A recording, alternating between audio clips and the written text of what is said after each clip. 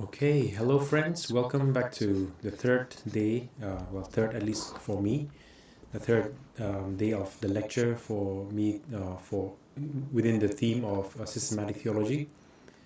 I know that it's probably have been a very long week for all of you, going through 5 intense days of lectures and discussions, and so. But I hope that although it has been intense, it has been helpful for you. It has been stimulating, inspiring for you in all the right ways. So we are finally in the last two lectures of the systematic theology for this season, for the July session. We have looked at today being the third day. We're looking at a third topic. The first topic, of course, was Introduction to Systematic Theology and to the Theology of the Trinity. That was the first day.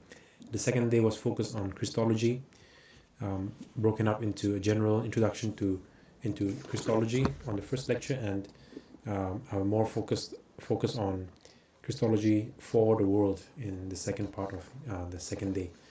Today on the third day, we are looking at we are moving away from focus on God and looking at creation. So that is the topic for today's lecture. Today our focus will be a theology of creation. Okay.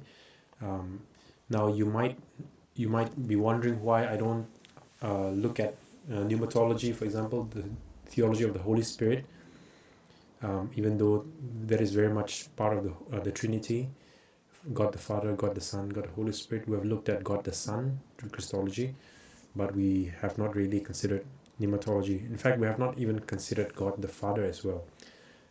But the choice, the matter is, it's a matter of choice, a matter of focus. Since we can't do everything, I've decided to focus on a particular angle, a particular perspective of systematic theology.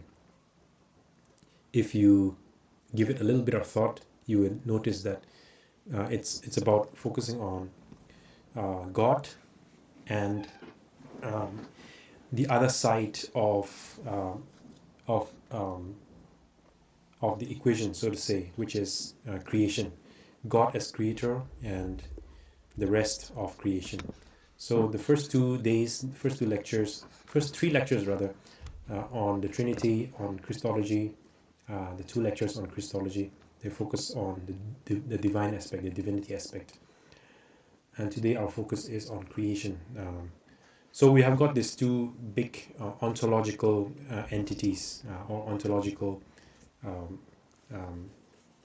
things that we are looking at. First is God, right? Ontologically different in its essence, in its being, it's completely different, and creation, which is the other side of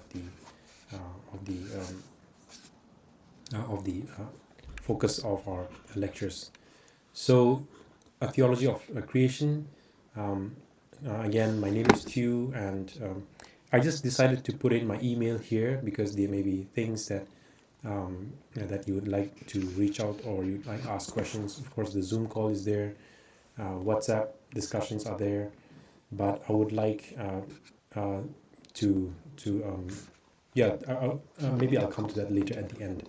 But just put in my email as well if anyone would like to reach out to ask questions or anything of that sort.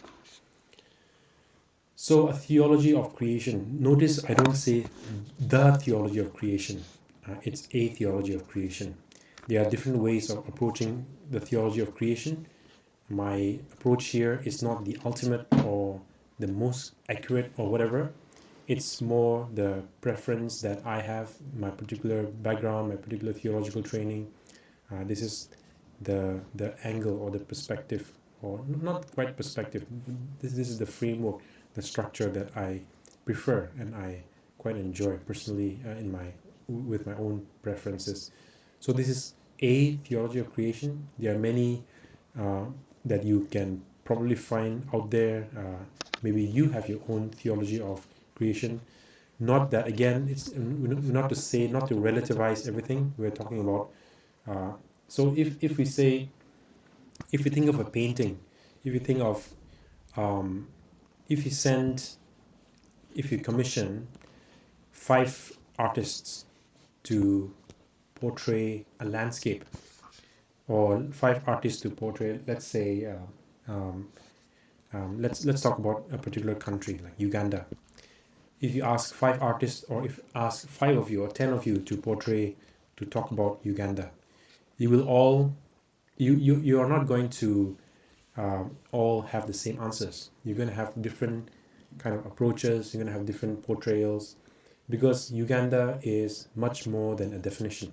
Uganda is, it's huge. It's got cultural diversity. It's got so many elements that make up the country, people, and food, and politics, and what else? Landscape, right? I don't know much about the country of Uganda, but I'm pretty sure, as it is true for all other nations of this world, even the tiniest nation in this world, there are so many aspects to the country. And if you ask 10 people, they will probably give you 10 ways, 10 portrayals of of Uganda, or whatever country you think of.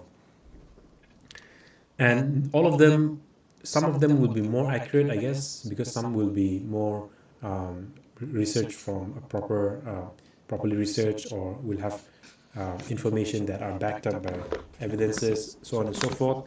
But in general, all of them will portray something that is of truth about Uganda, especially if you ask somebody from Uganda.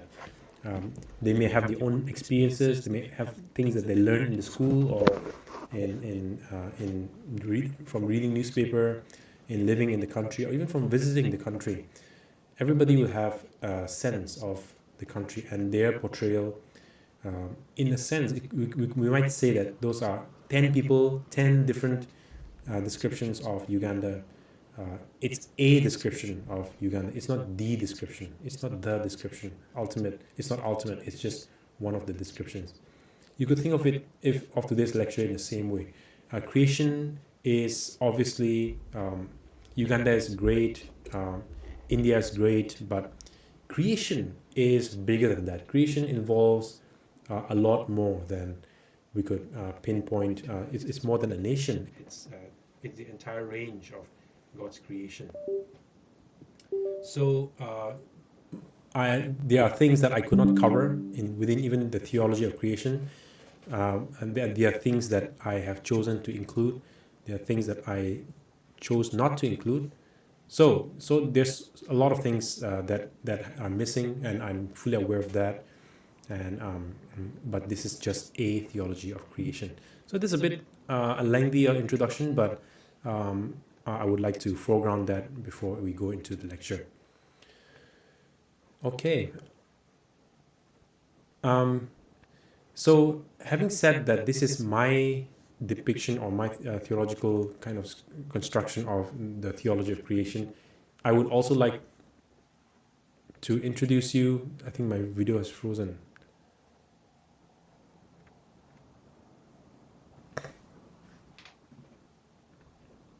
Okay, my video is back now. Having said that this is just a theology of creation, I would like to introduce you to somebody else's depiction, which is more conventional.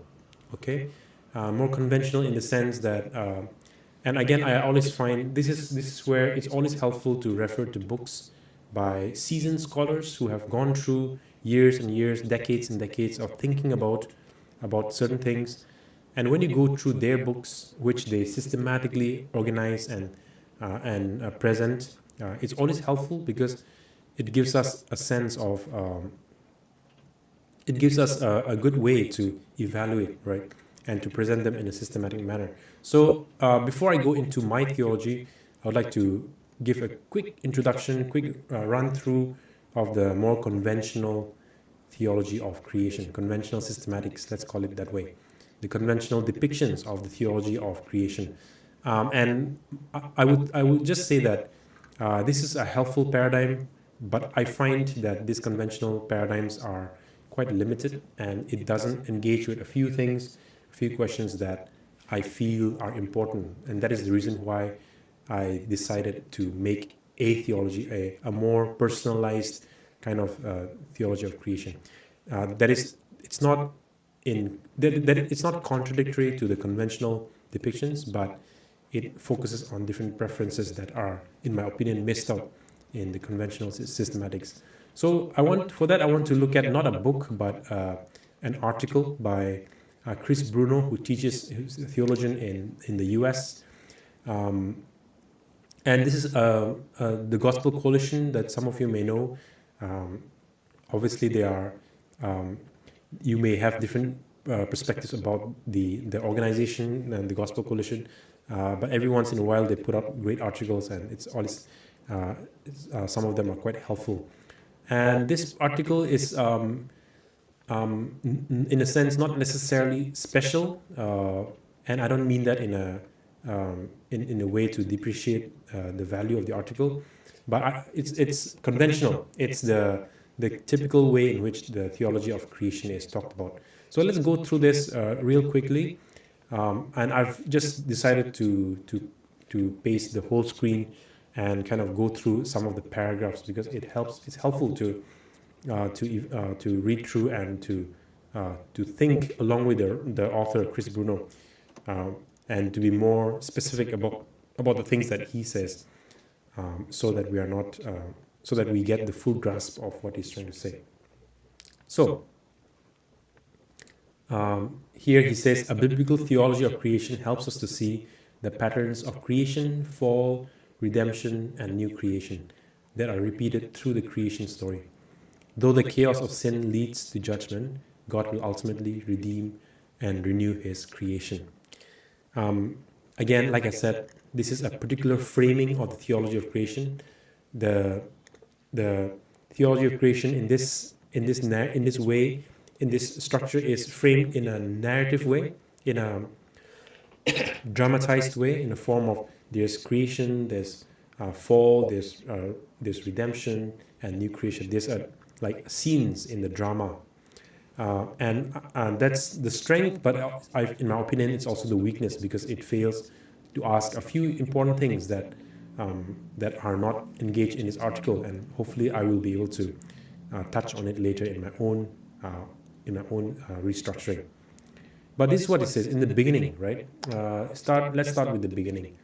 Creation. The theology of creation begins from the beginning, and it says that creation was made by God. God is the creator. So let's read through the whole thing. The beginning.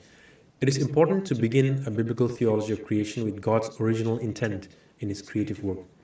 In Genesis 1, we see God forming and filling the creation, and at the end of his work, he pronounces that this ordered creation is very good. This very good creation is the place that God has always intended to dwell with his people. Contrary to some views of the created order, the creation itself is intrinsically good and should be regarded as such. This is important.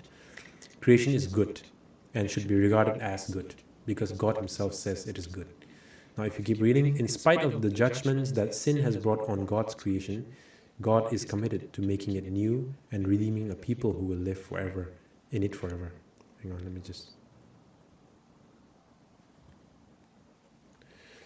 Okay, next paragraph. Moreover, while Christians may disagree about some of the details and timing of the creation week, all can agree that the biblical account of the creation week in Genesis 1 clearly teaches that God made all things and orders all things. As a result of this, he is sovereign over his creation.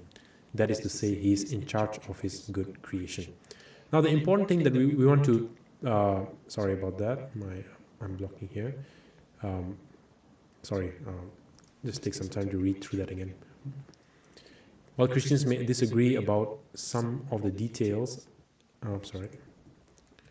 and timing of the creation week, all can agree that the biblical account of the creation week is in Genesis 1 clearly teaches that God made all things and orders all things. As a result of this, he is sovereign over his creation. That is to say, he is in charge of his good creation. Now, the important thing that we need to emphasize in this depiction, and which is very much in agreement, of which I'm also very much in agreement, is the idea that God created in the beginning. Right? Simple enough, but I think this is an important teaching that we need to emphasize, that it is God who created the heaven and the earth. Genesis chapter 1 verse 1. And God saw everything that He has created, and He said, "It is very good. It is very good." Now, it is good. It is very good. He keeps repeating that. And I think this is really crucial for us living here living now into 21st century. We need to re-emphasize and remember that God made creation, the world, everything that exists, and He said it is very good. God is in charge of all things, and so I think the ultimate theme here is that in the beginning it was God who created, and creation was good in the perspective of God. Okay, so let's keep reading. Yet it is clear to us that something happened to mar this good creation. In Genesis 3, we discover that sin has entered the world through the rebellion of Adam and Eve. They were entrusted as the stewards of God's good creation, but instead they turned away from Him and sought to establish themselves as the true kings. Alongside of the consequences of sin that human beings personally experience, sin has cosmic effects. In other words, sin does not affect only human beings, it has cosmic, the whole range of creation. It has effects on the whole range of creation. In Genesis chapter 3, we learn that the creation itself is transformed by sin. The ground itself is cursed. Interesting, right? The ground is cursed. No longer do human beings have a harmonious and peaceful relationship with creation. Instead, we have to fight with the ground in order to cultivate it. Interesting ways to depict this. However, God did not leave human beings without hope of redemption, and the creation itself shares this hope. Romans tell us that creation itself awaits in great eager expectation for God to redeem His people. For when we are redeemed, it will be too. But right now we are waiting for that hope to be fulfilled. As we wait, God has given us tastes of that new creation to come. He has revealed His plan to redeem the world through a series of new creations, and these new creation type events are preparing us for the ultimate new creation yet to come. Now, there's a lot of words there, but just take a minute to let those words sink in.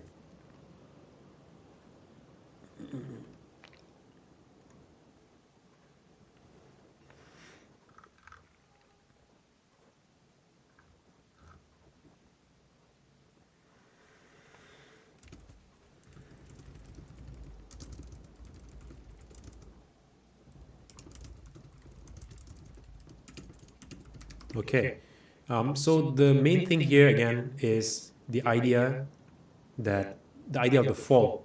So the first scene in the drama is creation in the beginning.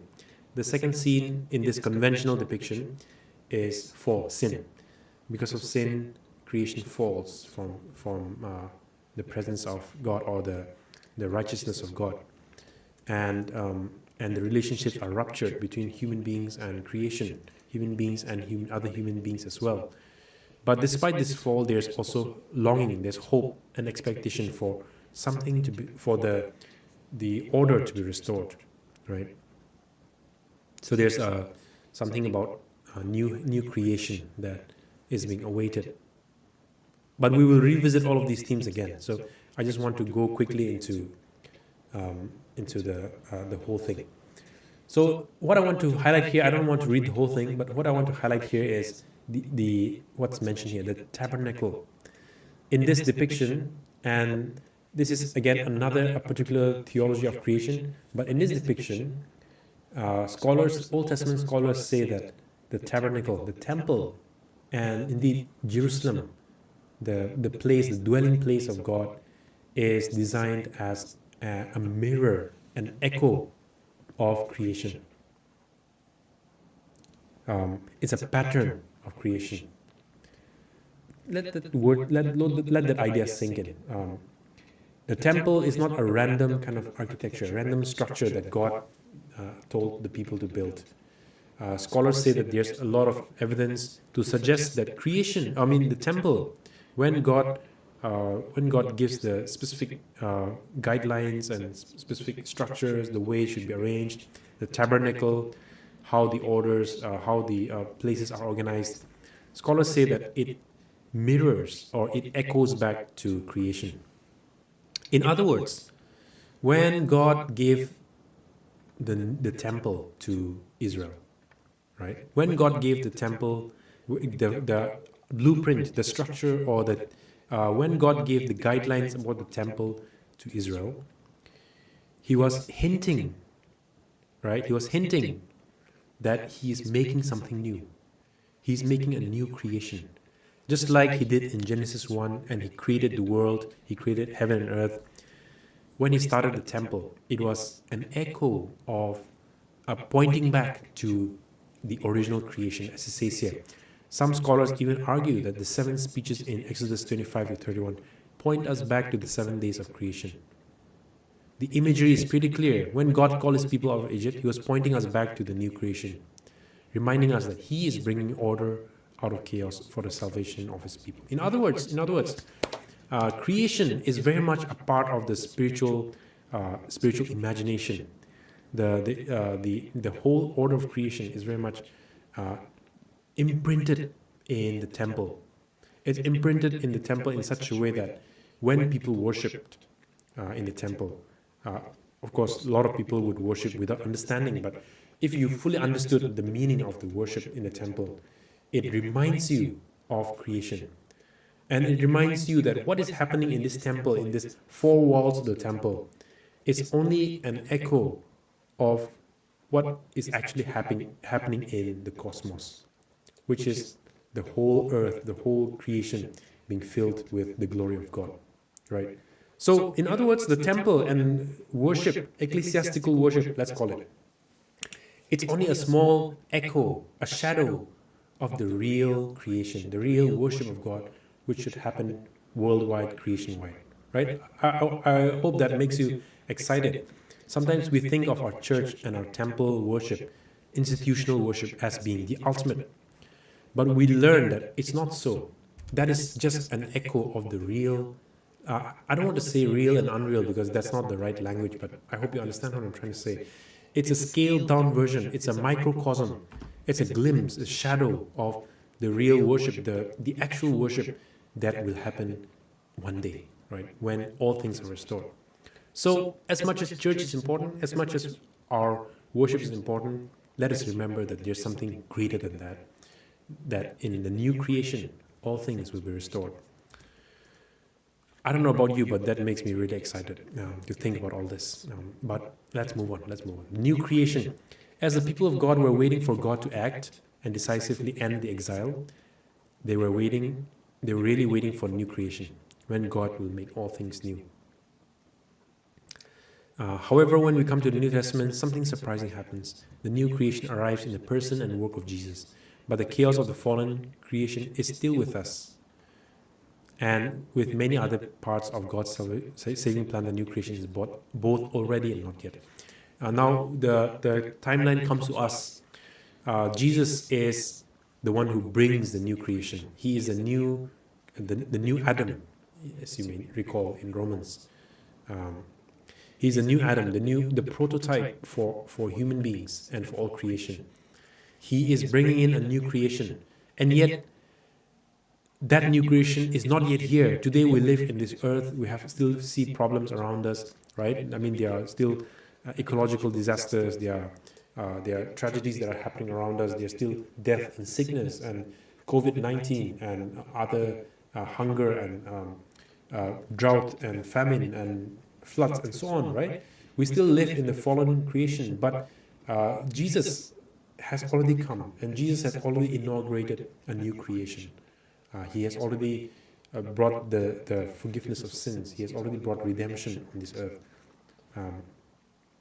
So new creation is being introduced by Jesus, but we still live in what is called the already and not yet. If you follow the mouse pointer here, the already and not yet. An important theme, important part of biblical teaching, that the promise of salvation, the promise of redemption, and the promise of reconciliation, the promise of healing is already here in Jesus. But it's also not yet. It's yet to be fulfilled. It will be fulfilled one day. Right? So, and by the way, the whole point of this discussion is that those things, those salvation, redemption, is not just for human beings, it's for creation. Human beings, yes, we are beneficiaries of that, but We are only a small slice of the entire creation. Think about that. God's saving plan is for all creation. Okay, the new creation, again, these are really long, but I just want to highlight what 2 Corinthians 5:17 says here. Therefore, if anyone is in Christ, the new creation has come, the old has gone, the new is here. So there's already new creation in Christ, already in us. And yet we live in this world, in these fallen realities of this world, because there's something yet to be revealed to us. As it says in Romans chapter 8:21, we look forward to the day when creation itself will be liberated from its bondage to decay. So, my friends, we are all in this journey. We're waiting for the time when we will see Jesus, we will be made perfect. Let me tell you, it's not just you and me, human beings, who are waiting for that. It's not just you and me who have got a glimpse of the redemption and who are passionately longing for the complete redemption. That is also true for creation. It's also true for the rest of creation. We shouldn't forget that. The new heavens and new earth, again, these are wonderful pictures that we see portrayed in Revelation chapter 1. There's no threat of another fall. For every sorrow and pain will be removed. All the tears will be wiped away. No sinful thing will be admitted. These are wonderful pictures, right? Death will be defeated. God's resurrected people will live forever. God's very presence among his people. I think this reminds me, when you talk about heaven, it's probably more useful to think of heaven as the presence of God rather than something that happens in the sky. For a long time, when I was growing up, I always imagined heaven to be out there, I always imagined heaven to be some place that is out there far away, and we are looking forward to it. It's going to be a city in the sky. It'll be mostly spiritual stuff with angels and harps and all of that, right? And I'm not saying that is not true. It could be so. We don't know. We have absolutely no idea of knowing because our mind is limited. Just like an ant trying to understand the city, in the same way we are human beings in this world trying to understand heaven, the glorious future that we have. I think it's more important, rather than talking about whether there will be street of gold, whether there will be house. Those could be abstract. Those could be metaphors that the Bible uses. It's more important, I think, to think of heaven as the presence of God, where God is with us, where God is actively with us. Earth is where we are today. We are yet to experience the fullness of the blessings of heaven, which is God's presence with us. But one day, we will experience the glories of new creation, the glories of heaven, and we will be with God forever, right? So I think it's more helpful to think of heaven as the presence of God rather than a spatial, a kind of special and particular location up there in the sky. In fact, we often dismiss, and I don't know about your context, but there's often less talk about new earth. There's new heavens, yes, but there's also new earth. And this new earth is very much similar to the earth that we have.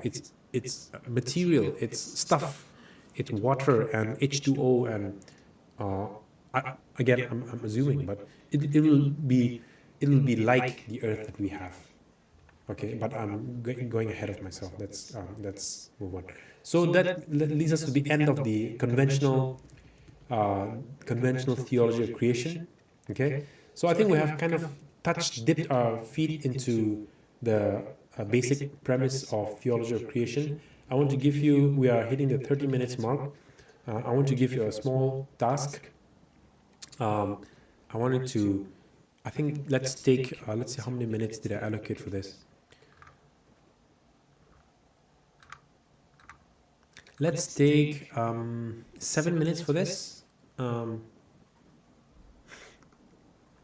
Okay, before that, let me explain a bit before that. So this is we come to the end of the conventional theology of creation, but and this is where the usefulness of this article kind of comes to an end. My sense is that this is great. This is a great biblical theology, and as you can probably tell from the way I was explaining, there's a lot of things that I agree. In fact, I agree with all of them.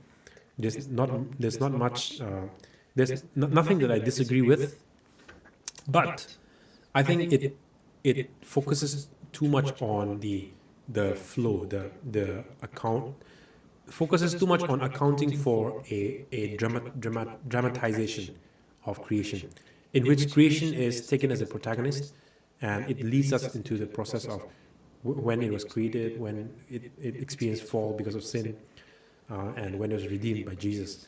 And although that's a useful kind of paradigm, it doesn't tell us anything about a few questions. Number one, it doesn't tell us anything about what is creation. How do you understand creation? Um, it's assumed that we understand what is creation when we talk about this, but what do we actually mean when we say creation? Um, you know what I'm trying to say. So that's why my intention for this lecture is to provide a theology of creation, a theology which, in my opinion, will help us to understand what is creation and how we might think about creation, not so much about how creation goes through a process of like redemption and creation and fall, so on and so forth. We want to understand what is creation, and I believe that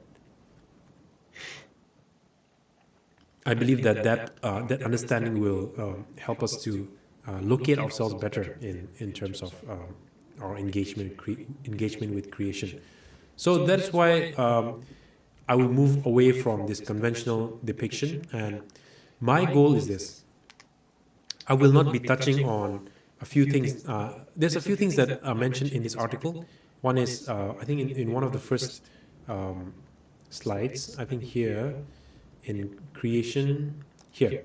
Moreover, while Christians may disagree about some of the details and timing of the creation week, this is hinting at the massive discussion about creationism. Did God create the earth in 7 days?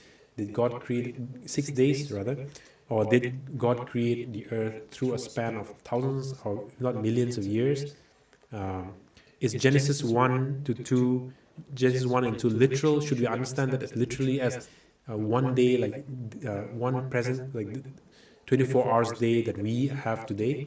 Or are these metaphor? Are these poetic?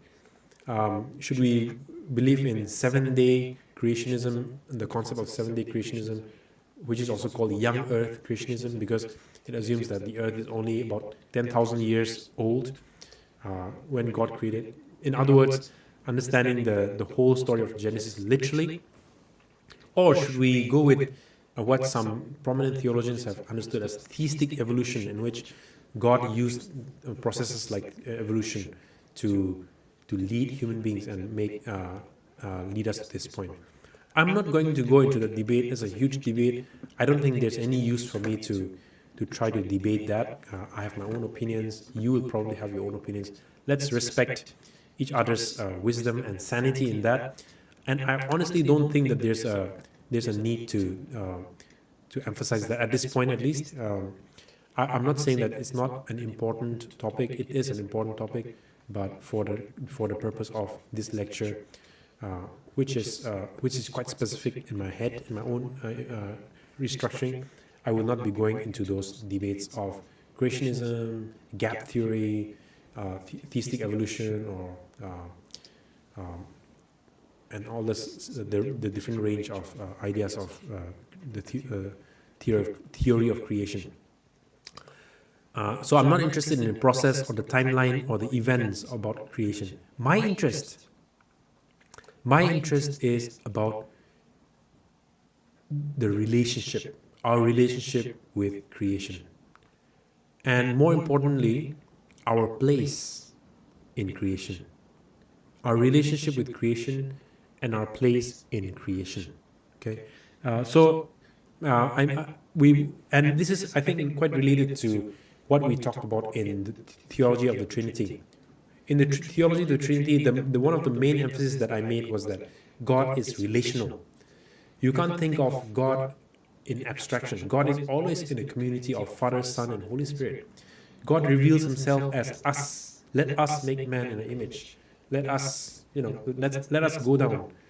Who will go for us, as it tells to Isaiah? God always talks in terms of relationality, in terms of community. In the same way, it's dangerous to think of creation in isolation. We need to think of creation and all that's involved in creation in terms of its relationality, in terms of all the connectedness that exists. So my goal for this lecture, first of all, is to talk of creation in relation to God, and secondly, creation in relation to us human beings. Okay, so that's why the first part of the lecture is creation, generally speaking, like theology of creation. But the second part of the lecture is theological anthropology, the theology of humans, theological description of human beings. So yeah, so that's just a bit of a sidetrack, but that's the goal, and so that's the reason why I feel the need to move away from this conventional systematic depictions of creation and go for something that, in my opinion, touches more on the questions. And I think again, I would like to assert that this perspective that I'm bringing has more to do with the world Christianity aspect. Although I'm educated in the West, in here in Canada and also in the UK, I feel like my mindset is influenced by my background, my cultural background. And in my cultural background, as I will talk later, there's a lot of focus on the relationships, a lot of focus on the interconnectedness. And I imagine that's the same for your context as well, although I don't want to assume it. I imagine that if you would think of something, if you are asked to define something, you would always bring in some relationality into that. So that is the reason why I felt the need, as a world Christianity scholar, to challenge they call it atomistic, thinking of things in terms of atoms. Like this is defined as this clear distinction, and then this is defined as this clear distinction. A is different from B, A is distinct from B, and they're all defined separately. Rather than that, let's think of creation in their relationality, creation in relation to God, and creation in relation to human beings. So that's the goal of the lecture today. Okay, so I think, okay, so now I'm going to give you a task. Hopefully this should be a fun task. And you may know what is a Venn diagram, right? Just look at the map here. The big diagram here on the left is a bit of a comedy relief, if you like. I don't know if you find it funny. I found it quite funny. But Venn diagram work this way. And I would just, if there are among you who don't understand, and it's pretty fairly easy to understand, why don't you take this time? And I just want to focus more on explaining the questions that I have here. So I want you to take 7 minutes to design a diagram for the theology of creation. So in this diagram, just like the Venn diagram here, can you try, and I'm not saying that this is the structure that you have to use. You may come up with this structure, or you may come up with a completely different structure. Be creative, okay? Design a diagram for theology of creation. If you are to locate different parts of existence, like creation, God, animals, plants, Holy Spirit, whatever you want to think of. You want to think of cars, you want to think of houses, you want to think of atoms, I don't know, like sun, stars. Be creative, whatever you want. Make a diagram, and how would you locate them in relation to one another? Okay, and the second question is, does the diagram take this shape? Does it take this shape, or does it take this shape, or does it take some other shape? Okay, so I want you to spend 7 minutes. You can do this very quickly, but I think if you really think deeply, you can spend a long time thinking about this. So I would like to give you 7 minutes to ponder on this diagram exercise, and I will be back with the next section of the lecture. So let's take 7 minutes to design this diagram of a theology of creation. Okay.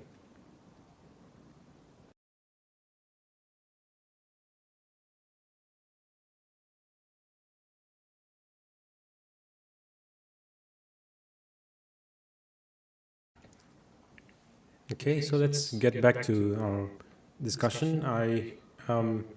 Yeah, I'm not going to give you a right or wrong answer to this, but I would definitely would like you to keep this diagram, keep the diagram that you've drawn in at hand, and later on, when by the end of the lecture, see if there's anything that you would like to change, any modification that you would like to make to that.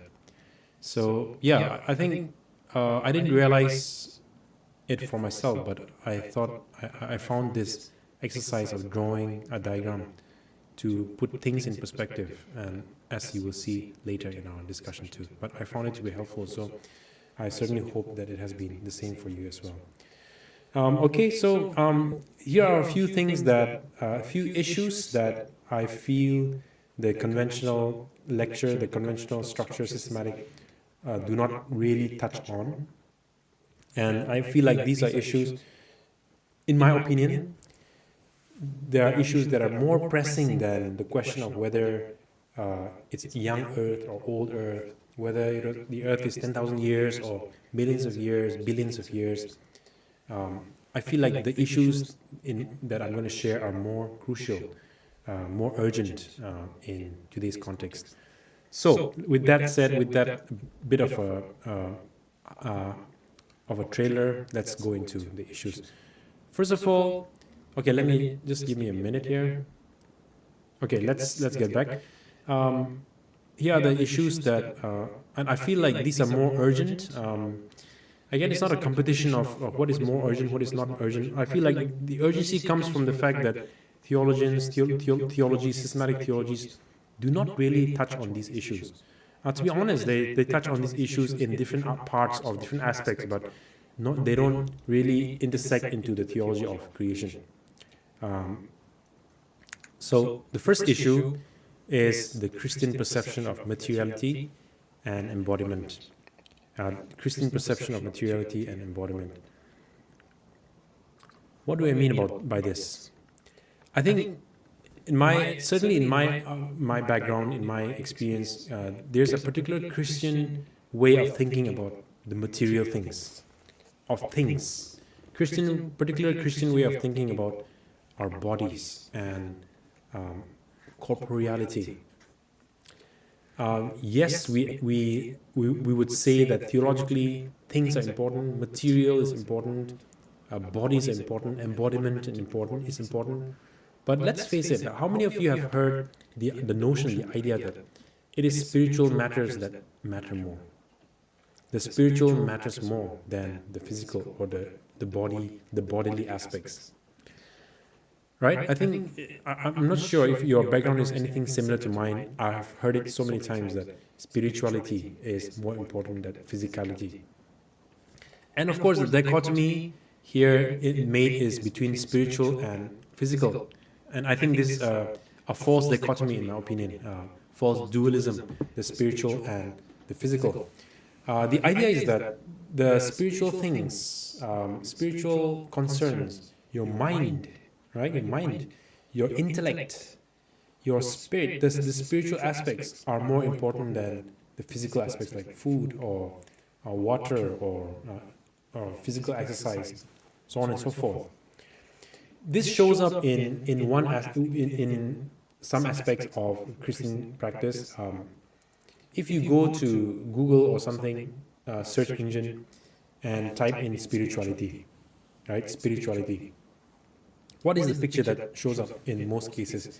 In my depiction, in my search, I noticed that the pictures that show up has to do with a person sitting somewhere, lost in thought, not engaging with the real world, not engaging with the physical things, but focusing on the internal, focusing on the spiritual, the intellectual, thinking and contemplating, right? I think that's a big problem. I think that's a big problem because it assumes that the materiality is inferior to the spirituality. And if that is what you think today, I would seriously ask you I would seriously challenge that notion that your materiality, your physicality is inferior or important, but only inferior, second class to the spiritual things, spiritual concerns. And by the way, what do we mean when we say spirituality? Most times in Christian circles, spirituality means what we cannot see, we cannot touch and feel. It's more abstract. It's more disembodied, uh, and what is that word I'm looking for? It's not visceral. The opposite of visceral. I can't remember the exact word, but it's academic. It's intellectual. And yes, cerebral is the word that I'm thinking. The things that comes out of your mind. How many times have you heard it being said that the mind is superior, or your thought is superior to your actions or your bodies, right? Maybe you have never heard this. Maybe it's different in your context. I don't want to assume that, but I have certainly heard and certainly been brought in that with that bias that our physicality and the material is less important. What matters is the spiritual practices, the prayer. What matters is text, is our words, the things that we hear. I think that's a big problem. I think that's a big problem. And I think this is something that theology of creation needs to tackle afresh. Because the idea of the theology of creation, the idea of creation is that there's a creator and there's creation. Creator creates, creation is the result of the creation. All things that exist, whether it's intellect or whether it's thought or spirit or bodies, these are all part of creation. There's no first tier, second tier hierarchy in this. And by the way, like spirituality what is spirituality? Spirituality is not just the things that are removed from our bodies. As I will show you later, that notion that spirituality is something that you do removed from your body, disembodied from your body, thinking and processing and intellectual and cerebral, that is not Christian. That has more to do with other philosophies that I will touch on later. So I want to first challenge you with this idea, with the theology of creation, that materiality, embodiment, what do you think of? How do you, in your particular context, in your particular community, how do you perceive materiality and embodiment? Do you give it enough? Do you give it equal importance as the other things as well? Another way to think of it is in your spirituality, right? In your spiritual practices, does it account for physicality as well? Does it account for the material as well? Or do you think that the physical doesn't matter, it's all about my mind, it's about me and my spiritual connection, as if that's even possible? We know that we are fully embodied human beings. I'm reading a book these days about how our skills and our intellect are literally wired into our brains. They are literally written into our brains. There's no abstract, I mean, I wouldn't say that there's no abstract, but even our thought is physical. Do you know what I'm trying to say? Even our thought, even our thinking, even our skills and our personalities are physical, are material. It's literally wired, literally written, literally wired and rewired in our brains, in our neurons, through chemicals and through connections, electric connections, electric signals between the neurons. In other words, our thoughts, our emotions, our personalities, our intellect, they are physical as well. They're not immaterial. That comes from the idea, it's an older philosophy, that our thought is immaterial. Our thought is something that exists out there without any real concrete existence. And that is more important. What is happening in this physicality is not important. Let me tell you, my friends, that is scientifically not right at all. That is theologically also, we cannot find evidence for that in the Bible. In fact, you will see that the Bible teaches something quite different from that, quite affirming towards materiality, quite affirming towards your body. So the philosophy that I'm mentioning about is, Christian spirituality, yes. The philosophy that I'm mentioning about is Gnosticism. We encountered Gnosticism earlier in our discussion on Christology, in which I mentioned this very briefly as well. Gnostic philosophers could simply not accept the idea. Okay, if you listen carefully here, Gnostic philosophers could simply not accept the idea that Jesus can be both human and divine. Right? They cannot accept the idea. Docetism, remember, Docetists believed that Jesus was essentially divine, but he was putting a mask. He was pretending to be human. He's not really human. He's only acting to be human. Because for them, for Gnostics, they cannot accept the fact that God, the divine, can be material. God can have a human body. Jesus, the Son of God, the divine, cannot have a human body. The divine cannot have physicality. Materiality is what is wrong with this. What is evil? Materiality is evil. Embodiment is evil. They simply cannot accept the idea that the divine Son of God, is a physical person, a material person. That is the idea. That's Gnosticism. Gnosticism teaches that materiality and matter is sinful. Spiritual is pure, is undefiled by sin, undefiled by evil. So you see why I'm very strong about this, right? It is Gnostic teachings that say that the spiritual is what is pure, and the material, the physical, is evil. And the goal is to attain a kind of existence in which you are able to move away from what is evil, what is material. Now, that is not Christian teaching. Another way of talking about this is to say that it's dualistic. Duals, like good and evil, God, matter, like endless things, right? Every black and white, everything is, there's no mixing, everything is purely in its bounds. Dualistic thinking. A lot of theologians have pointed out, a lot of world Christianity theologians, non-European theologians, non-Western theologians have pointed out that Western theology is predominantly dualistic. It emphasizes the distinction between body and mind, between spirit and matter, and it prioritized the mind over the body, it prioritized the spiritual over the matter. So there's a dualistic tendency in Western theological thinking.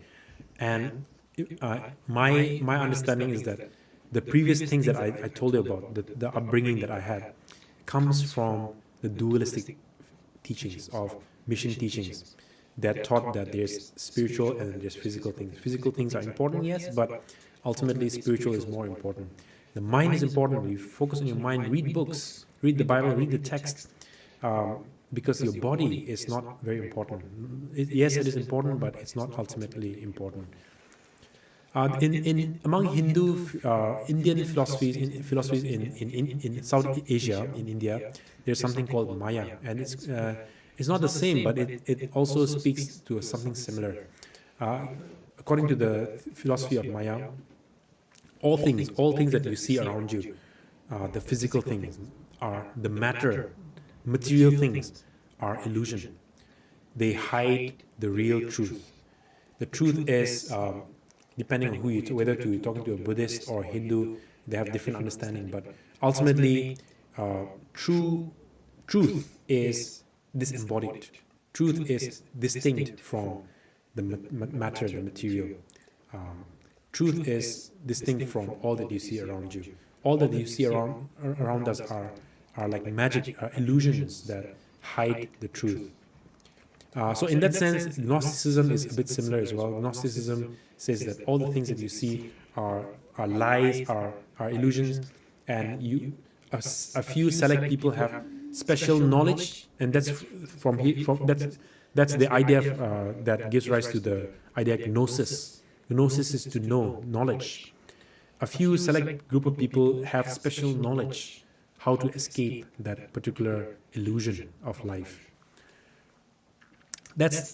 I realize that might be a bit dense, but all of this to say that the moment you hear Christians saying that it is the spiritual aspects that matter, the material do not matter, it is your mind that matters, your body doesn't matter, it's your concerns of your spiritual that matter, it's not the concern of the physical that matters. we have to be very careful because it's very easy to slide down into these Gnostic ideas, dualistic ideas. And in my opinion, as far as I understand, that is not true of Christian teaching. So if we believe in these ideas of materiality, right? Now I want you to listen really closely here, because you might misunderstand what I'm trying to say. If you believe this particular, in my opinion, wrong perception of materiality, if you believe that spiritual is more important than material, that mind is more important than body, if you have this dualistic idea, this idea of hierarchies, will you really say that creation is good? Right? If you have this perception, you are, in my opinion, you are essentially disagreeing with the idea that creation is good, nature is good, physicality is good. And remember, it's not me who says this, it's not some theologian who says this. It is God who said that creation is good. He created all things before praise and worship existed, right? In the Garden of Eden. There's no praise and worship, there's no prayer, there's no prayer meeting, there's no Bible study, there's no spiritual practices, there's no meditation. God looked at the world in all its physicality, in all its materiality. He looked at the water, he looked at human beings, he looked at animals, he looked at insects, and he said, this is good. This is good, right? Nature is good. So, my friends, the particular Christian perception of hierarchy between materiality and spirituality, in my opinion, is not in accordance with Christian teaching. They are not secondary. They are very much part of the created order. They are very much part of what God says it is good. Right? It is good. So these are issues that I think we must engage with in our understanding of theology of creation. Now the other extreme, in one extreme we have people who think very lowly of materiality, of the world, and who think that spiritual practices is all that's needed. So you close your eyes, you don't engage with the world, you go to the mountain where there's nothing to distract you, no physical things to distract you. You go to the mountains, you abstain from all things, and so on and so forth. And again, those are practices that may be helpful in some degree, but within the philosophical foundation of that, you go off to a far place, remove yourself to the reality, to the mess of the world, where there's no mud, there's no politics, there's no people bickering, there's no jealous people, there's no enmity. You go to a far place and you do spiritual things there. That is most important. In one extreme we have belief like that. In the other extreme, we have belief that think that material is everything. The material is everything. The physical is everything. So we've got these two extreme poles, and so the other extreme of that, I would say, is scientific materialism. The idea of scientific materialism says that everything that you see in this world, things that you can test in an experiment, things that you can put in a laboratory and do experiments, you can by empirical methods, right? You can measure, you can weigh, you can study, you can analyze, you can observe. Only those things are real. True scientific methods, the material things, the materiality of this world, that's all that exists in this world. That's an extreme perspective to reality, to the creation as well. You see everything that you see around you. If you can experiment it, if you can find evidence for it, then that is true and real. Of course, Christian teaching does not correlate with that at all. We believe in so many things that cannot really be tested, right? And of course, I don't want to get into debate, into discussion about that. The others, another form in which the other extreme is played out is pantheism. Pantheists, they believe that everything is God. God is in everything. God is everything. Everything is God. You might laugh it off. You might laugh off pantheism. You might think that it's quite ridiculous, but in some sense, it's got very legitimate arguments. But I think, I don't have to think. I truly believe that it's a little extreme. We can chart our way somewhere in between. We don't have to reject materiality. We don't have to worship materiality. We don't have to reject physicality. We don't have to worship physicality. So the difference between rejecting and claiming it in the same level as God, ultimate. We don't have to do the two extremes. I think we can. There's a middle way of charting our own direction. But I think that's what the time we have for now. For one, I think we have hit more than 1 hour. Let's take a breather, and then when we come back, we will study what does the Bible teach us about creation, especially in relation to God, the Creator. And my hope is that this will pleasantly surprise you and make you joyous and generous towards God's creation. That you'll find reasons to be grateful to Him, that He created us as physical beings to enjoy and to live this life that He has given to us. So let's take a break, and then I'll come back in a short while.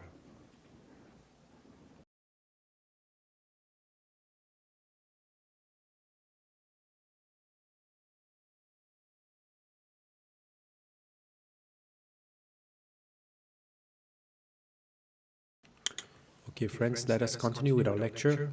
We have just gone through the issues that I feel are important but are not engaged in more conventional systematic theologies of creation. So having provided a kind of challenge to more conventional or to how theology of creation is conducted these days, I'd like to suggest that when you look at creation as being in relation to, when you look at creation in relations, I would suggest that it opens up a much wider way of thinking about creation, a more holistic and a more comprehensive way of thinking about creation. And in my opinion, as I will suggest, as I will make the argument here, that it allows us to think of the theology of creation in a way that is relevant to the concerns that we have today in our world today.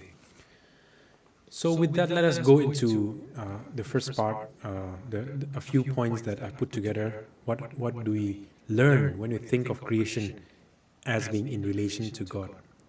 Creation in relation to God. First of all, in the beginning, God created the heaven and the earth. Now, this is a verse that you will all most likely know by heart, something that you probably grew up learning and reading and memorizing as well.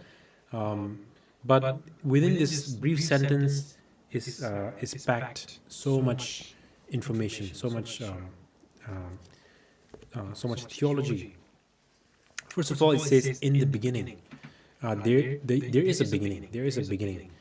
There's a point in which time and space began, right? That is to say that God, in the beginning, God, right? God as the one who's creator is beyond space and time. He is above. He transcends both space and time. In the beginning, God created the heavens and the earth. So in the beginning, first of all, we need to remember that Genesis 1, the book of Genesis, the creation narrative in Genesis, the focus of the creation account is not so much to provide us the question of how God created, how the earth was created, how things came into being. So I think it would be mistaken, in my opinion, to go to Genesis 1, Genesis chapter 2, to try to find kind of scientific answers, to try to find, like details and information that tell us about how the creation of the world came to be. It's almost like, of course, in a way, you could gain some idea about it. You could gain some information that may well be helpful to explain how it came into being. But it's more like the point of Genesis, the creation account in Genesis, is to tell us that it is God who created. It's more about God than about the act of creation, more about the act of love, more about the activity of God rather than the mechanism of how the heaven and earth came to be. I don't know if that makes sense. I hope it makes sense. So it's not so much about the mechanism, it's not so much about the mechanics and the scientific um, uh, details, the engineering, the details of how the engine worked, the creation engine of creation worked, but it's to tell us about the person of God and about that relationship that God has with His creation. So that is important for us to keep in the back of our mind. In the beginning, God created the heavens and the earth. Also, it's important to point out that the notion of heavens and the earth is what's called a way of encapsulating. It's a literary sorry. It's a way of encapsulating or encompassing the two ends. It's like heaven and earth, black and white. It's a way of gathering all of the things that exist between heaven and earth. So when the Hebrew writers say God created the heavens and the earth, He's talking about all things, everything that exists between heavens and earth, right? So it's a creation. It's a discussion of the creation of all things. There's a more recent term that has been used more by philosophers and theologians. It's called ex nihilo. I think I have it here. It should be an ex nihilo. Let me correct that.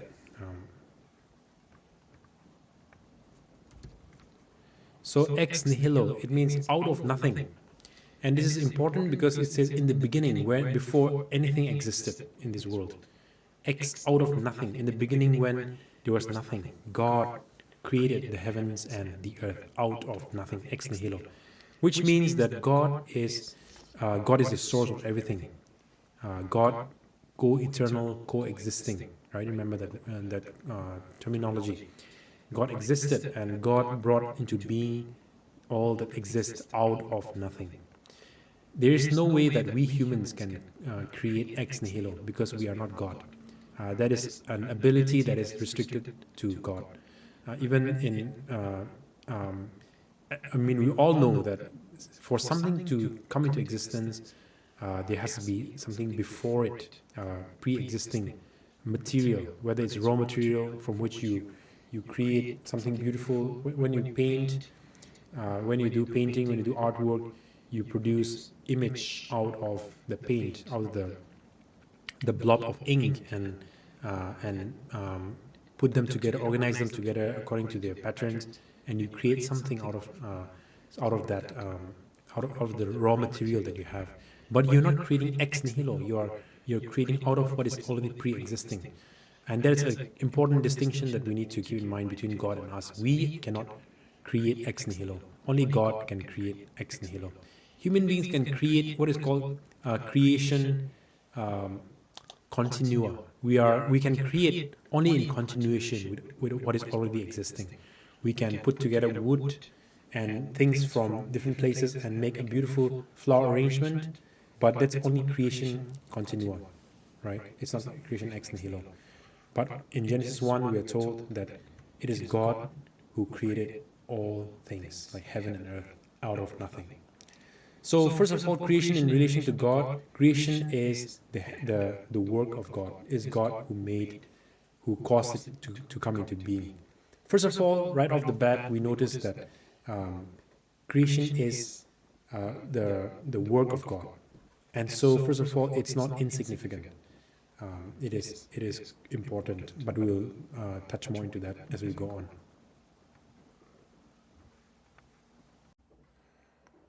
Okay, so that's the first point, that in the beginning, God created the heaven and the earth. Yeah. So let's move to the next one. The next one is the idea of it's related to our previous conversation about Christology, and it is very much to do with Christology. Creation in relation to the Trinity, the Godhead, the three persons, the God in three persons. Creation is related to the Logos, because the Logos, or the Son of God, the second person of the Trinity, the God the Father, God the Son, and God the Spirit, the Son, Jesus Christ, uh, is is logos, is known as the Word, right? As John chapter 1, we have read John chapter 1, and in John chapter 1, in that stunning piece of scripture, it says, "In the beginning was the Word," almost echoing the Genesis 1:1 kind of language. In the beginning, God created the heaven and the earth. In John 1, it says, "In the beginning was the Word, and the Word was with God, and the Word was God." And it goes on to say that by Him, by the Word, the Logos, by Him, all things were made. So what John does is essentially locate the Son, the second person of the Trinity. John locates Logos in the beginning, in the moment of creation. As we mentioned, to use the theological terms, the Logos, the Son, Jesus, is co-eternal and coexistent with God the Father and God the Trinity, the three persons of the Trinity. So what that means is that creation comes into being through the Logos, right? Creation comes into being through the Logos. It is through the Logos that all things have been made. Now, I want us to realize how significant creation is in this framework, in the way this is framed. Creation comes into being through the Logos. Creation is not something unimportant, something on tangential that comes up because God is bored, or something like that. Creation comes into being through the Logos. It is through the Logos, the hard work of the Logos, through the Father, the Son, and the Holy Spirit, that creation comes into being. By Him, all things were made, and all things will find their perfection, their goal in the Logos, in the Son, as Colossians says, the text that we read in Colossians. So again, I want to emphasize how intentional creation is in this framing. Creation comes into being through the Son, through the Father, the Son, and the Holy Spirit. This, of course, speaks of the high Christology, of how important Christology is in this relationship between God and creation. The Logos is if you like, the pattern or the blueprint through which creation comes into being. So what I'm trying to say is that creation is deeply entangled or deeply embedded with God, with the work of God, with the persons of the Trinity, with the Father, the Son, and as you know, the Spirit as well. As you remember what we went through in the account of creation, God says, let us make man in our image, right? I mentioned this earlier as well. Let us make. This is a community. This is a community in relations, three persons in relations. It's not God in isolation, but it is God in three persons. The Spirit was hovering over the face of the waters, or over the face of the deep, as Genesis chapter 1, verse 1 and 2 says. The Spirit, not just the Logos, the Son, and not just God the Father, but the Spirit was also co-existing, co-eternal with the Father in the beginning, before all things were made. Again, I want to emphasize that creation, the way that creation came into being, the way that creation was made, very much echoes the work of God, the involvement of the Trinitarian God. What you see around us, who you are as a person, the body that you have, the chemistry and the physics and the ideas that you have, all these came into being through the work of the Trinitarian God. This is holy, this is sacred, because this is the work of the Trinitarian God. It is not to be taken lightly. Also, I want to point out the relational aspect as well. By Him, all things were made, it says in Logos, in John chapter 1. And there's an element of community, the relationality. So, see, even God is a network of relations, if you might put it that way. And of course, so because of that, creation also echoes that relationality. Creation is not isolated things that exist in isolation, right? Creation is richly interconnected. Creation is a web of interconnected realities between God and human beings, between three persons of the Trinity, between human beings and the rest of creation, between planets and between oxygen and name it. Like everything that exists in a network, in a interconnected realities. Of course, that is only an echo of who God is. That God is a God in three persons. God exists in the community, in relations. Okay, let's move on. We've got a lot to cover. So the next one that we may say about creation in relation to God, community, Trinity. Creation is the handiworks of God. This seems simple enough, but I think this is profoundly meaningful for us today. Creation is the handiwork of God. When we look at creation, we're looking at something that God made, God caused into being, where we are not looking at things that came to being out of accident or out of some experiment. It is the handiwork of God that God made lovingly and with intentionality. Now, a few things we might be able to say as a consequence of that. If creation is the handiwork of God, then it will tell us something about God. Your work, the thing that you make, reveals a lot about you as a creator.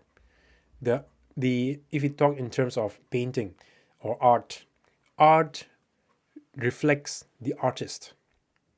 That this is not a mystery. Everybody knows this. Art reflects the artist. If you don't meet the artist, or if you see something that somebody made and you don't see the person who made it, and yet if you look at the artwork, you might be able to tell something about the person.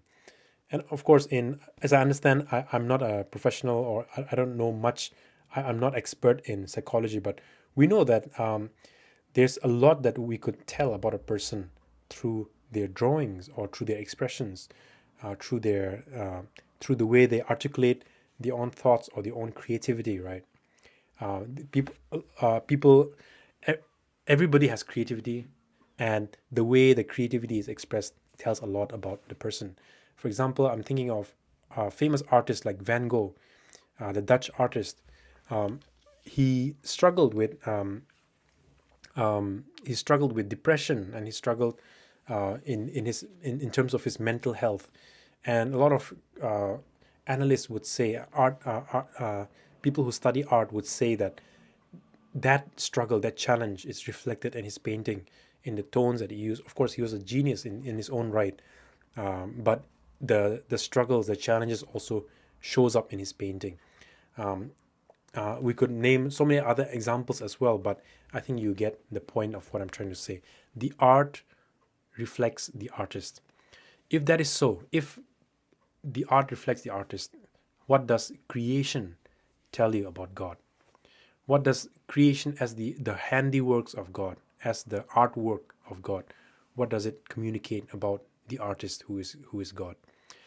I think it communicates a lot about God as the artist, or God as the one who caused this to happen. God as the designer, God as the one who get things going on. For one, we can talk about design. We can talk about how well designed the world is. I've got a few. Okay, I think let me just share this as well, so that we can have a. Hopefully, this will make it more fun. Yeah. So here it is. I think you can see the painting here. Pablo Picasso. You may know about the artist Pablo Picasso. Some people say that he's obsessed about. He doesn't throw away things. He likes clutter. His house is full of small things that he picks up, and some might find it as a mess, as a incomprehensible, lot of small things hanging around. A maximalist.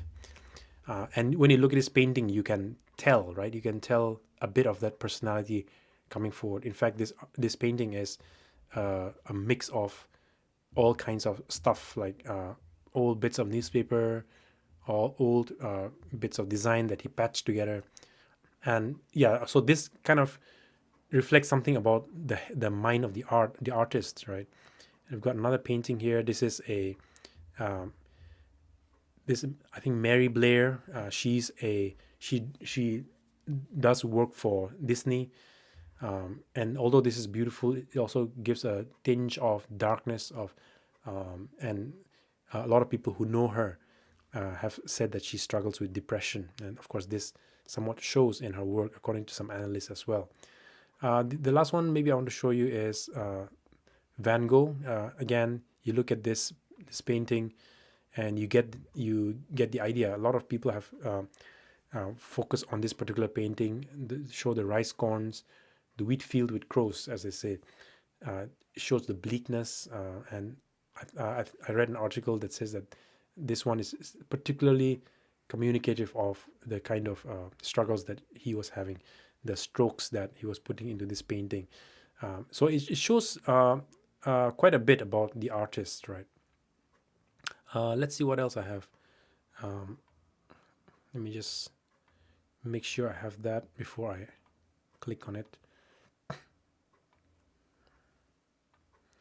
So, in light of all that, how do this make you feel, right? I mean, this is probably from the Grand Canyon in the US or something similar. Of course, this also shows off the skill of the photographer, waiting for the right moment and taking the right shot. But ultimately, it also reflects the creator, the God who caused this to happen. Look at the pattern. Look at all the design, the delicate colors, and the fact that we are able to even see this design right now, because of the intricate design of our eyes and the nervous system, right? What about this? Like, what does this make you? How does this make you feel? This astronomy, NASA's picture of the day. Um, this is picture of the day from 13 July. It's today as I record this. But yeah, look at how amazing this picture is. This is just a depiction of the far reaches of the Milky Way. This is, according to the description here, it's 390 light years away. It's not too far, but it is far enough, as you might be aware of the Webb's exploration of the universe. So what does this tell you about the creator, the one who designed, the one who made this to exist, allowed this, caused this to come into being? I think it does tell you quite a lot about the creator, doesn't it? And what about this? One of the favorite things that I learned from my college days is the intricate design of the feathers of the bird that allows it to fly. I'm not going to go into the details, obviously, but you will know this well as well. How much complexity there is, how much design there is. There are different patterns that are shown here. Smaller feathers, big feathers, and the way they're supported. And none of this is random. These are all beautifully structured, and without that structuring, it's impossible for the birds to fly. And these are just small things, that normal things that we often take for granted, isn't it? We don't really consider how much beauty and how much design there is in this world. And these are, if you may think of art, these are masterpieces, these are handiworks of God. So there's design, there's mystery. Obviously, there are things that we don't know. Just like I was showing you about the stars, the NASA picture of the day that the Webb telescope picked up. There are so many things in this world that we have absolutely no idea about, and that also talks about the mystery and the power, the glory of God. So, if anything, the art reflects the artist, and it shows us that we are only human beings. We are only a small slice of creation. We how can we be arrogant in the face of creation when we are only discovering, we are only knowing what is there, what is already there. So the handiworks of God, creation reveals the handiworks of God. Creation also survives or is sustained, sourced by God. God resources it. God gives, God feeds, God sustains the universe and all creation into existence. It's a profound truth that we need to always remember as well. Uh, God is the one who sustains us, and God is the one who sustains life in this universe. Um, in Acts chapter 17, when Paul was talking to the people in Athens, he says, "In him we move, we breathe, we move, and we have our being. In him we literally move, we have our being. Like without him, we don't even have a being, we don't even exist. So we are sustained, we are, life goes on, and life, we are able to survive because of him, because we are in him." This is a beautiful statement, quotation that I found, and I think let me just read this for us. "There is more than sovereignty, there is beneficence. Thou openest thine hand, they are filled with good. He giveth to the beast his food, and to the young ravens which cry." This is a step downwards, yet a step upwards. Overall is the dread sovereignty of God, that sovereignty stoops to us in love to save our life, to spread our table, and to dry our tears. It comes down, yet in the very condescension of His majesty, it adds a new ray to its luster. The theologians say this is God's care. This is the love of God. This is bounty. This bounty is an expression of the heart of God. It is not a freak of what is called nature. It is not a sunny chance. It is a purpose, a sign of love, a direct gift from God's own heart. It is God who sustains us. Let's keep that in mind. So we come to the point in which all of this starts to make sense. All of this finds its reason. The reason for why creation matters. The reason for why material matters, physicality matters. We come to the theological core, the theological heart of the idea of theology of creation. And that is the theology of incarnation. Incarnation. We have already touched on this, so I think we don't need to go into the details because that will be repetitive. Incarnation is the theology, the teaching that God became human. God became part of creation. God is the creator. Remember the distinction. God is creator, we are creation, we are creature. But God became part of creature. God became part of creation. This is a crazy, this is a profound and a crazy radical idea that contradicts Gnostic teachings, that contradicts pantheism, etc. God becoming human. He experienced all human experiences. He went through all human experiences. We have read the text from Hebrews, in which it says God experienced God experienced temptation. Jesus experienced temptation, rather. He was tempted just as we are, and yet without sin. He went through the human experiences of rejection, of tears, of the emotions. Right? He had brain. He had a brain, and if he was a real human being, he had hormones, he had depression, he had thoughts that worried him, that concerned him. He had feelings of being left, rejected by his community. Right? He went through all of the experiences as a human being. Uh, on a more physical and biological sense, he became a human being, just like any of us. He was vulnerable to the challenges and the weaknesses of human beings, to the issues of sickness. He had an ear and eye. He had ears and eyes, and nose just like us. I mean, just think about that. God became a human being, restricted himself, emptied himself out so that he can experience the limitedness of being human. The other side of that is that God, creator, becomes a participant in creation. Creator becomes a participant in creation.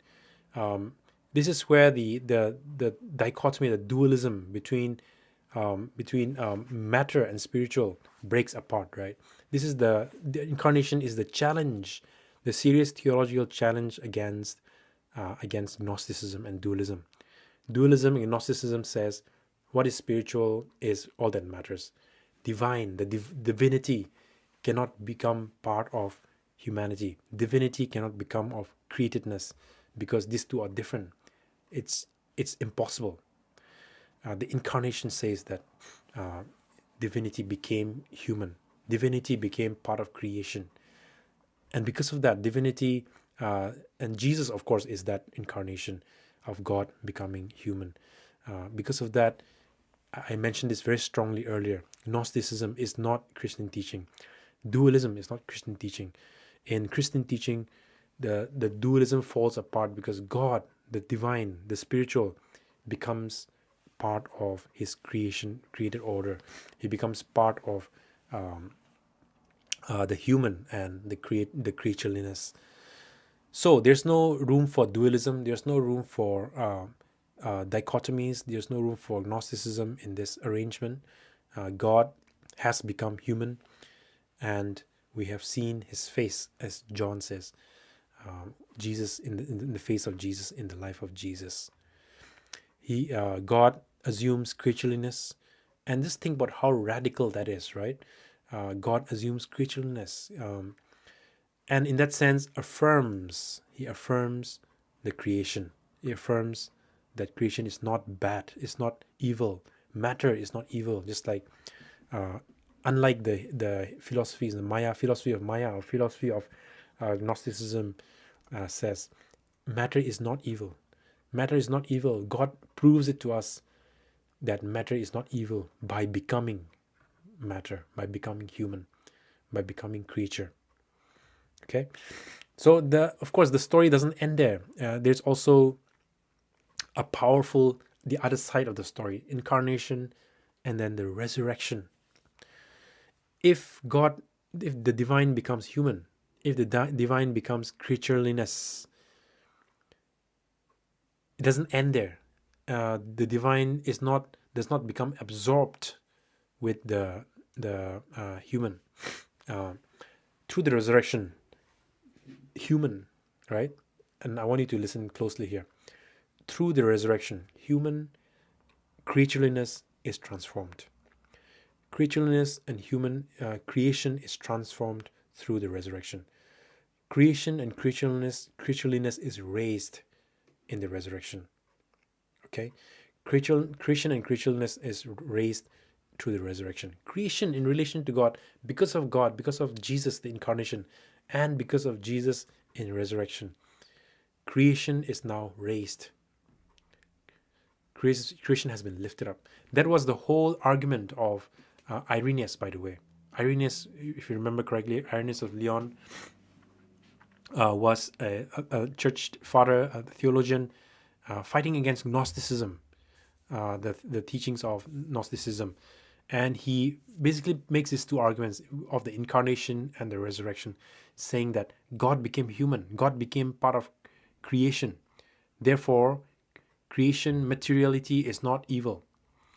On the other hand, because in the resurrection, the incarnate Jesus, the Son of God, who is human, is raised to life. Through that process, all creation, all creatureliness, creatures are also raised to life in victory over the limits of death and sin. Because of that, creation is not evil. In fact, creation is redeemed. Creation is raised and saved because of incarnation coming down and resurrection lifting it up. The resurrection proves that death and decay has been defeated. And of course, we look forward to the new heaven and the new earth, which will be the final completion of this process of incarnation and resurrection. The Spirit of God lives in us today. The Spirit of God is poured out in this world today in restoring and renewing this earth. And one day, the new heaven and the new earth will be completely restored, which will be just like I mentioned earlier about the temple, which will be the place, the presence of God, where God will dwell with us completely in its full sense. So, okay, let's. Those are some thoughts on creation in relation to God. Now, what this means is that creation mediates God. Okay, creation mediates God. We receive God's power, we receive God's healing, we receive God's grace through creation. Often we think of it like this: we think of human beings as the one who is blessing to the rest of creation. We often forget that it is God blesses us, God reaches to us through creation, the other way around. So if you think of a hierarchy, God is here, creation is here, and human beings are here in the middle, and we are the one who kind of channels we mediate God's blessing to creation. When we look at scripture, we realize that it's not always the case that way. It's not a line in which God is here, humans are here, and creation is here, and there's a hierarchy. In fact, when we look at scripture, we see that it's not a hierarchical line. It's a plane. It's an open place where we are all mediating God's goodness, God's grace to one another. It's not a line. For example, we look at some scripture that says, consider the lilies. Jesus tells us to look at the birds, to learn from creation. Uh, yeah, there are a couple of verses. For example, in Psalm, it says, the heavens declare the glory of God, right? Um, you look at the heavens, and the heavens tell you something about God. Of course, there's in theology, there's a term for it. It's called natural theology as well. It tells you something about it. It may not tell you everything about God, but it tells you something about God, just like we have been considering for the past few minutes. In the book of Romans, chapter 1, Paul makes this strong statement saying that everything that we need to know about God has been made known to them. And people are without excuse because creation tells you enough. Like our own sense of culture, in our culture, in the world around us, we can get a sense of God, and people are without excuse because creation mediates, tells us something about God. In the book of Job, a lot of times God challenges Job. Have you considered the beast? Consider the beast. Consider the animals. Proverbs, of course, comes to mind. There's many places where they say, consider the ants. And we are supposed to learn from the wisdom and the hard working ethics of ants.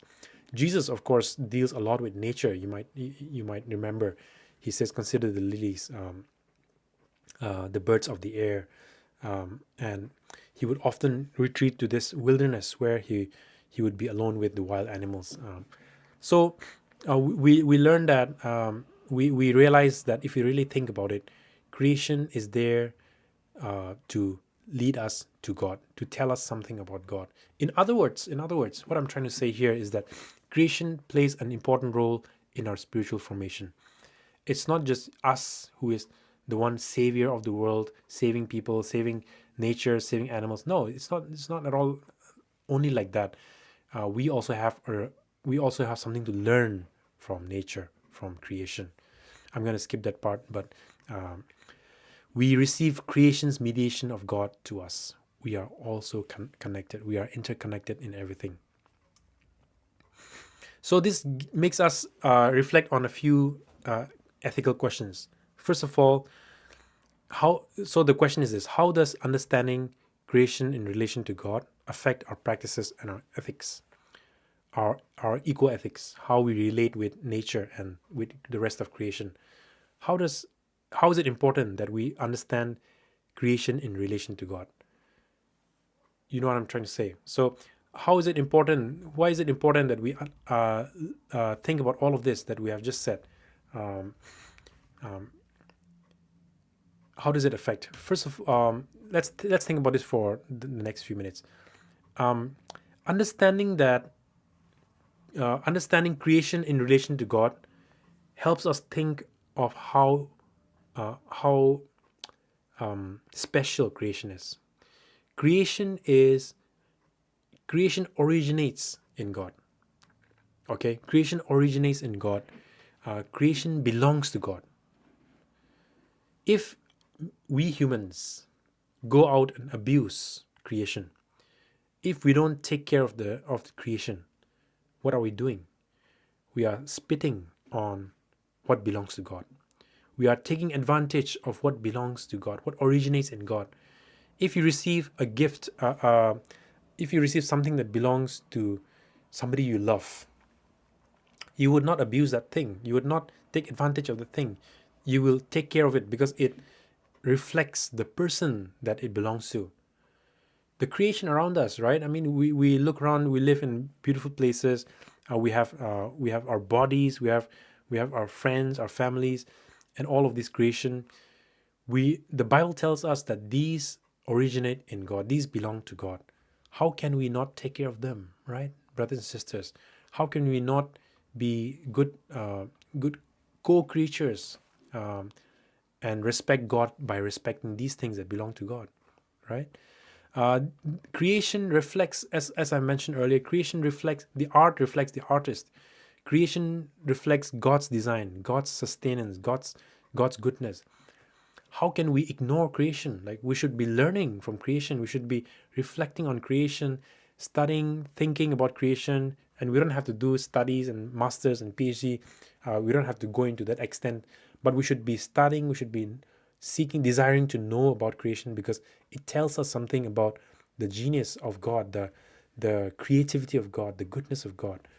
So creation is not something arbitrary that it's not important. When I'm bored, when I'm not doing Bible study, I'll go and learn about creation. I'll love creation. It's not at all. That's not our attitude. That's not how our attitude should be. We should understand that creation is also as much part of the relationship with God, and respect that. Creation is sustained by God, as I mentioned earlier. If that is so, when we go out and when we cut trees irresponsibly, when we throw the waste irresponsibly, what are we doing? We are destroying what God is maintaining. We are destroying what God is maintaining. If I am doing my best to maintain a garden, let's say, if I'm doing my best to maintain a garden, and there's my friend who keeps coming and throwing rubbish in my garden, like who keeps destroying everything I grow, and who keeps coming and stealing my stuff and selling them for his own gain. If my friend is doing that, is that a friend or somebody who's taking advantage of me? Is that really my friend who would do something like that? And the Bible tells us that God is the one who sustains creation, who He gives food to and protects the vulnerable. And yet here we are, human beings, we are out there destroying the fragile ecosystem, destroying what is held up in this fragile balance. How can we claim to be God's friends when we don't take care of what He is doing? My friends, I think we need to be serious about this, even in our own church, in our own context as well. I would really invite you to think more deeply about this. If we downplay creation, if we relegate them as not important, then let me tell you, my friends, we are rejecting the teaching of the incarnation. We are saying that God considers materiality important enough that He became a man. And here we are, we think that materiality is not important, physicality is not important, our health is not important, the health of the world is not important, the health of the poor is not important. We are rejecting the incarnation, the teachings of the incarnation. We are turning our backs to what God values. We're turning our back to something that God sacrificed a lot to make happen. Also, finally, we are rejecting the resurrection hope. The resurrection hope that everything will be restored, everything will, creatureliness will be redeemed. Indeed, creatureliness is redeemed in Christ. We are rejecting that theology. We are not preparing for the hope of new earth and new heaven. We can have different debates about what we mean by heaven, what we mean by new earth. I think that's not important, just like the debate about the age of the earth. What's more important here is the hope that Jesus Christ, the resurrected Christ, displays for us, which is the hope of a new creation, the hope of a transformed body, If we are not serious about materiality, if we're not serious about creation, then we are saying that we don't care about that. We don't care about the hope of resurrection. We care only about the spiritual. We care only about the mind. But that is not the resurrected Christ. Is not only mind. The resurrected Christ, the new heaven and earth, is not just only mind, and it's not just only spiritual praise and worship and Bible study and all of that. It's bodies, and it's food. Remember Jesus, when he rose up from the dead, one of the first thing he did was cook food for his friends. That shows that the new earth, new heaven and new earth, new creation, resurrection body has more to do than just spiritual matters. So yes, my friends, that is the few thoughts on the theology of creation. It's been dense, but I hope that you have found something to be provocative, to make you think more deeply about. And I'm very sure that these are not new things for you as well. Maybe this has been things that you've been having in your head, and I hope this gives you a chance to think more intentionally about this. So I think that's all for today. I'm going to ask one of you, because my time is really running out, I'm going to ask one of you to pray in your circle, and then we'll come back for the last lecture of this whole series. So well done, everyone, and I'll see you in the next one. Thank you.